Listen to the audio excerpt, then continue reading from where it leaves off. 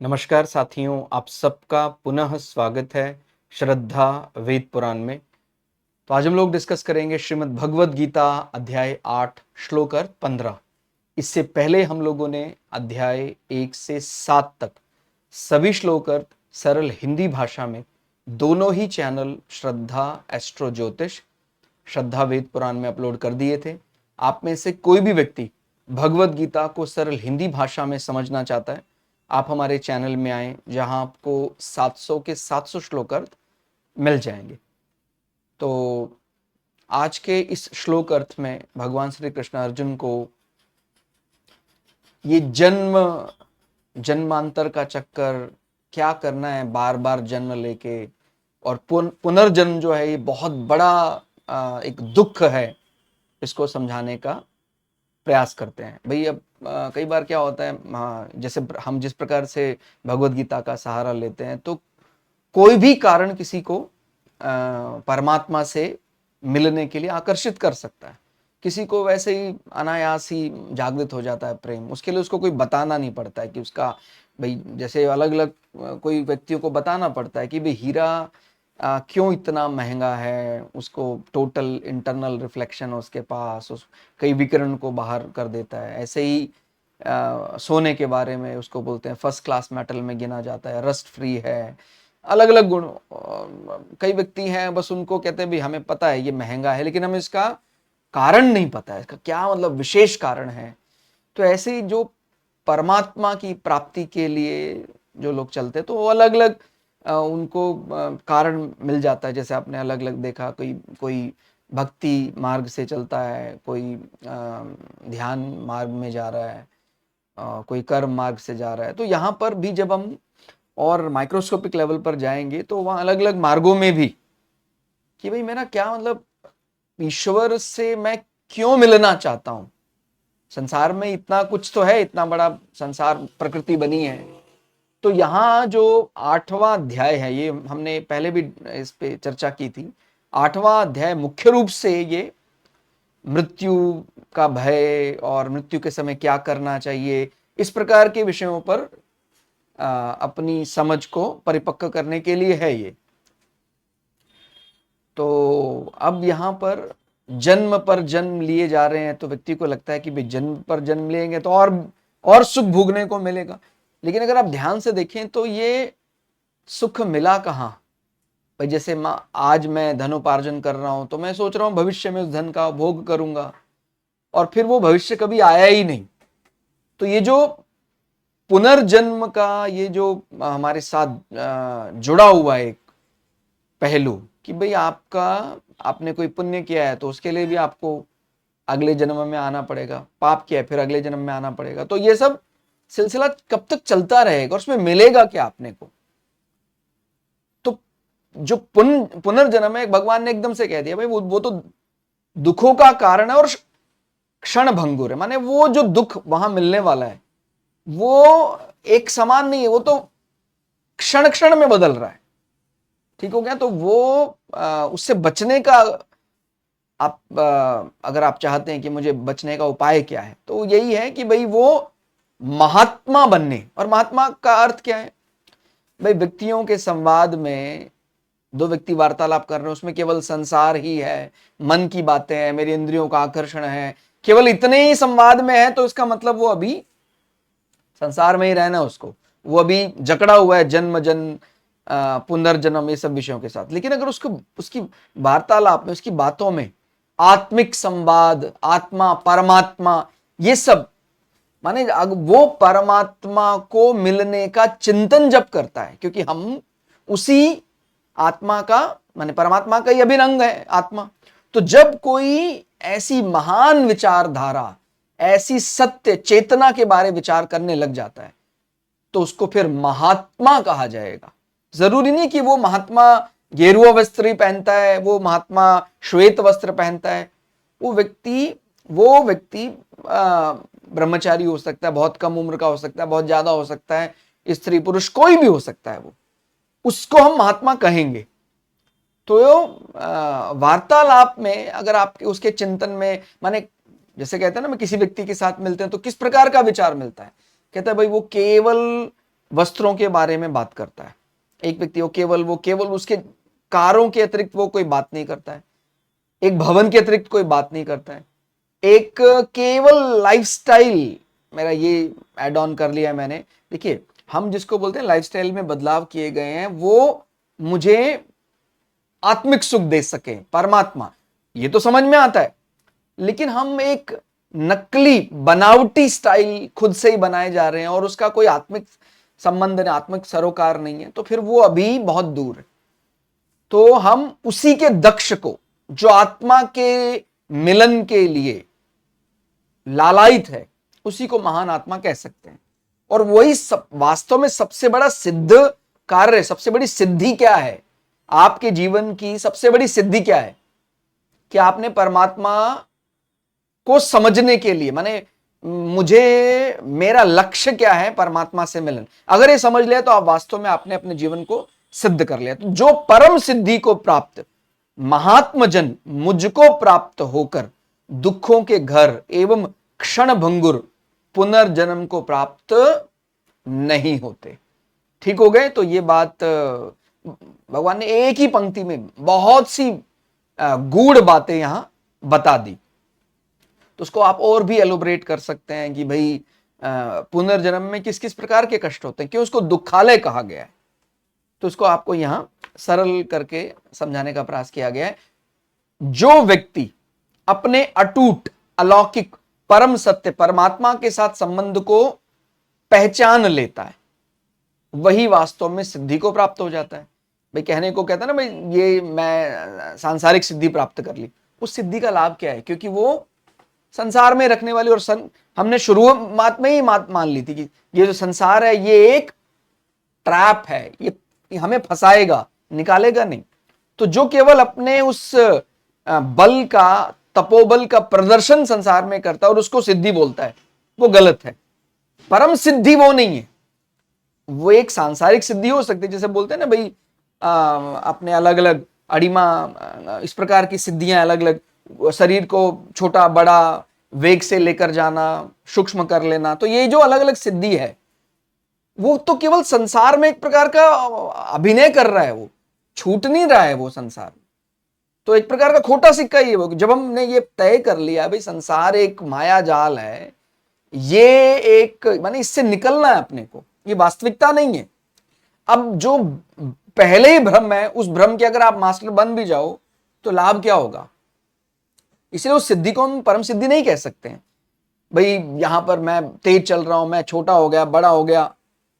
परम सिद्धि तो वही है जो व्यक्ति अपने अटूट अलौकिक परम सत्य परमात्मा के साथ संबंध को पहचान लेता है, वही वास्तव में परम सिद्ध कहा जा सकता है। उसे यहां महान आत्मा अर्थात महात्मा कहा गया है। तो ये आपको बात समझ में आई। अब जो महात्मा हो जाता है उसको कितना बड़ा अपॉर्चुनिटी का है, या कितना बड़ा उसको, अभी इसका जो पद है कितना बढ़ गया, उसको किससे निवृत्ति मिल गई। अब जैसे हम सोचते हैं कि नहीं, मैं एक अनुशासित जीवन जीता हूं, फिर भी अगर आप देखें अनुशासित जीवन आप जी रहे हैं, फिर भी इस अनुशासित जीवन का कहीं तो एक ठहराव आना चाहिए। इस अनुशासित जीवन के समाप्ति पर अपने को परमात्मा, तो कुछ ऐसा परम शांति तो मिलना चाहिए। क्या जन्म पर जन्म हम ऐसे ही करते रहेंगे? जैसे कहते हैं ना, भगवान की आराधना जीवन का सबसे अच्छा कार्य है। तो ठीक बात है, हम कार्तिक मास में सुबह 3 बजे उठ गए, 4 बजे उठ गए और कर रहे हैं। तो ऐसा कितने समय करना चाहिए? पूरा हमने 1 जन्म कर लिया, 2 जन्म कर लिया, तो क्या हर जीवन में इसका अंत भी तो होगा कि इसका कोई अल्टीमेटली गोल क्या है, क्या अचीव कर रहा है? तो ये अपने को बात समझ में आनी चाहिए कि जो हम तप करते हैं वो अपने को परम सिद्धि रूप क्या दे रहा है? परमात्मा की प्राप्ति। और एक बार परमात्मा की प्राप्ति हो गई तो फिर अपने को जीवन में अनुशासन से भी निवृत्ति हो जाती है। भाई मुश्किल कार्य है, अपने कहीं किसी को शरीर का कष्ट है कि भाई अगर इसको व्यायाम नहीं देंगे तो यह अस्वस्थ हो जाएगा, मतलब वैसे उसको कोई ईर्ष्या द्वेष नहीं है किसी के साथ, लेकिन उसको ये भी तो एक कष्ट लगा है शरीर रूप में, भाई इसको इसका पोषण करना है, पोषण के साथ साथ इसको कोई रोग ना हो जाए। तो अगर आप देखें तो हमारा जो जन्म से लेकर मृत्यु तक ये क्षण क्षण बदलने वाला दुख हमें लाद दिया है। और अगर हम इससे निवृत्ति चाहते हैं तो मात्र एक ही तरीका है, उस परम पिता परमात्मा के बारे विचार करने से हम भी महात्मा कहलाएंगे और हमारी निवृत्ति हो जाएगी। तो यहां थोड़ा सा पुनर्जन्म के साथ किस प्रकार के दुख जुड़े हुए हैं इसको समझने का प्रयास करते हैं। पुनर्जन्म को निरंतर बदलते रहने वाला दुख कहा गया है। क्यों कहा गया है? तो बहुत गंभीर होकर आप समझेंगे तो आपको केवल दुख ही दुख दिखाई देंगे। यहां जन्म के समय दुख, जन्म हो रहा है तो आप समझ रहे हैं कि चाहे कोई भी जीव है, मनुष्य है और भी दूसरे जीव हैं, वो एक झिल्ली में लिपटा रहता है, उसको करोड़ों सूक्ष्म जीव काटते रहते हैं, वो अपना दुख व्यक्त नहीं कर पाता है, असहनीय पीड़ा होती है उसको जन्म के समय। मतलब आप कैसे समझे कि जैसे किसी के शरीर से त्वचा निकाल ली जा रही है, ऐसे उसको जन्म के समय पीड़ा हो रही है, लेकिन वो अपना दुख बयां नहीं कर सकता, बता नहीं सकता। उसको ना जाने हजारों लाखों उसको सूक्ष्म जीव नोच रहे हैं, काट रहे हैं, वो कुछ नहीं बता सकता। केवल दुख के रूप में वो जब उसका जन्म होता है तो रोता है, चिल्लाता है। ठीक हो गया? तो जन्म के समय दुख, तो वो बहुत अलग अलग प्रकार के दुखों को वो गर्भ में भी सह रहा था, जन्म के बाद भी वो बता नहीं पा रहा है किस प्रकार की पीड़ा है। उसके बाद जन्म के बाद जब थोड़ा बालक बड़ा होने लग जाता है, सर्वथा परतंत्र होता है, दूसरे पर आश्रित होता है, कोई भी कष्ट होने पर क्या है बता नहीं पाता। और जब थोड़ा बड़ा होने लग जाता है तो अपनी बाल हट करता है, फिर उसको अलग अलग प्रकार, फिर संसार अपने ट्रैप में उसको फंसाने लग जाता है। उसको खाने पीने का स्वाद, उसको खिलौने आदि की इच्छा से कभी सुखी कभी दुखी होता है और उसी में अपना सुख दुख। तो आप देख रहे हैं, माने दुखालय शुरू हो गया, जन्म से ही शुरू हुआ था। ये खिलौना अच्छा है, वो खिलौना अपना, हम लोग सभी अपना याद करेंगे तो समझ में आएगा। और वो क्षण भंगुर है, माने वो बदल रहा है बार बार। 2-3 साल पहले जो मेरे पास जिस विषय के लिए मैं लालच था, आज मैं उसके लिए लालच नहीं हो रहा हूं।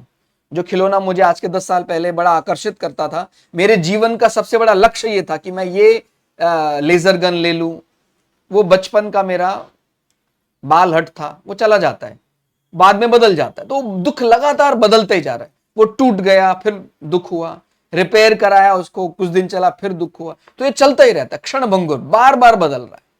ठीक हो गया? पढ़ाई के समय उसको शासन में रहना पड़ता है, भाई किसी के नीचे इतना बढ़ना है, ऐसे करना है, बहुत बढ़िया से वो पालन करता भी है, रात रात बाद जाकर अभ्यास करना पड़ता है।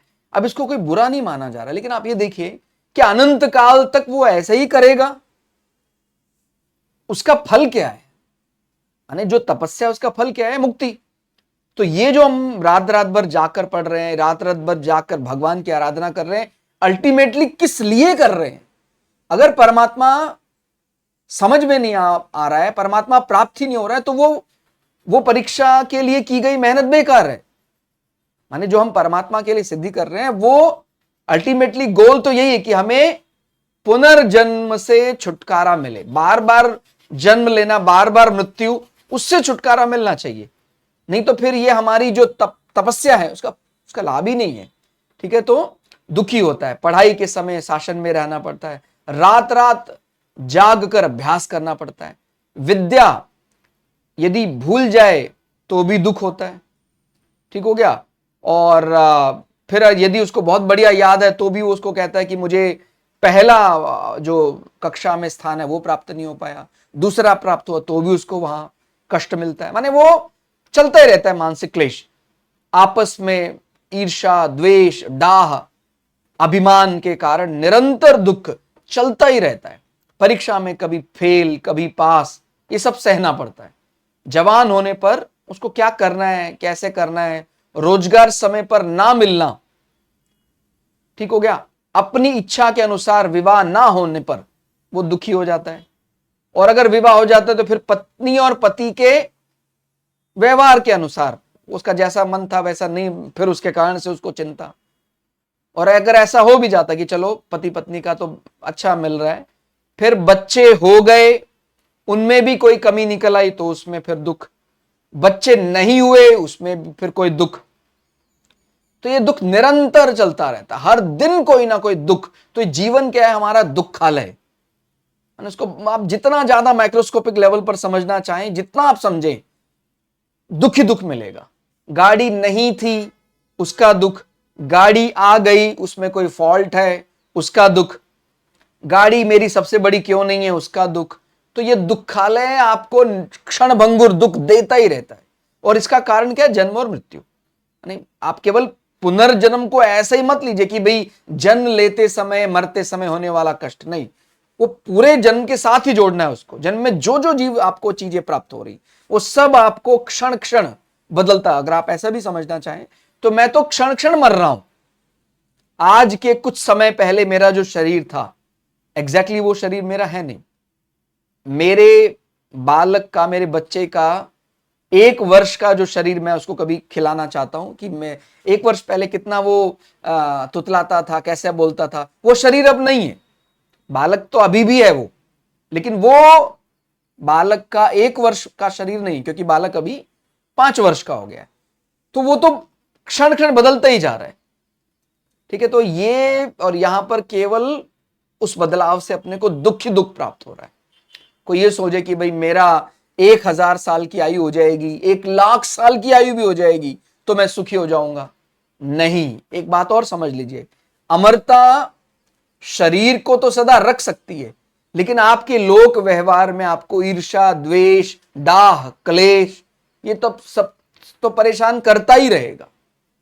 ठीक हो गया। तो हम कई प्रकार के उदाहरण हमें ग्रंथों में, पुराणों में मिलते हैं। महाभारत ग्रंथ में हमने जैसे इच्छा मृत्यु वरदान देखा, भीष्म पितामह जी को था, तो वो मृत्यु उनके हाथ में होने के बाद भी उनको जो सांसारिक क्लेश, बाधाएं, वो समाप्त नहीं कर पाए।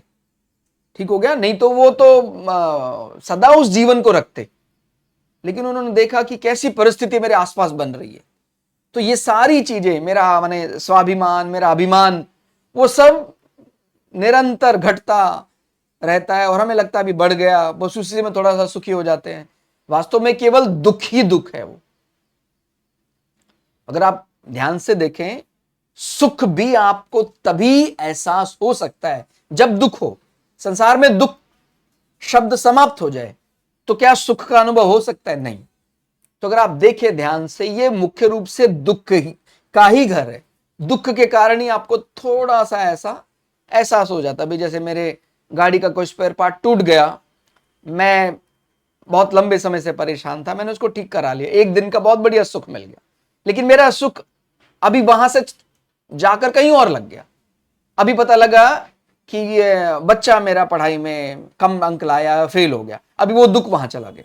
वो चलता ही रहेगा, चलता ही रहेगा। कभी वो गाड़ी के स्पेयर पार्ट में चला जाता है, कभी वो शरीर में कांटा लग गया, उसका दुख परेशान करता है, 2 दिन तक निकला नहीं। कोई सर्जरी हो गई, उसका दुख परेशान कर रहा है। बच्चा फेल हो गया, बच्चा पास हो गया, आज बहुत सुखी मिल गया, कल पता लगा डिमोशन हो गया उसका। तो ये एक दुखालय है, दुखों की कोई गिनती नहीं है।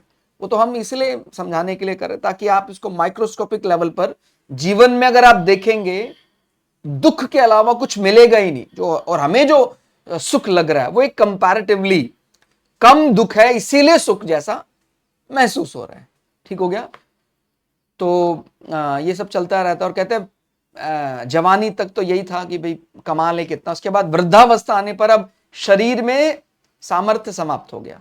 पहले क्या सोचा था कि भाई बुढ़ापे में अपना सुख भोगेंगे, अब बुढ़ापे में क्या करना है, रिटायरमेंट लाइफ एंजॉय करेंगे। अब शरीर का कुछ अंग काम नहीं कर रहा है, किडनी में प्रॉब्लम है, लीवर में प्रॉब्लम है, आई साइड वीक हो गई है, शरीर जवाब नहीं दे रहा है। जिससे मुझे वो सुख भोगना था वो मन मेरा साथ नहीं दे रहा है।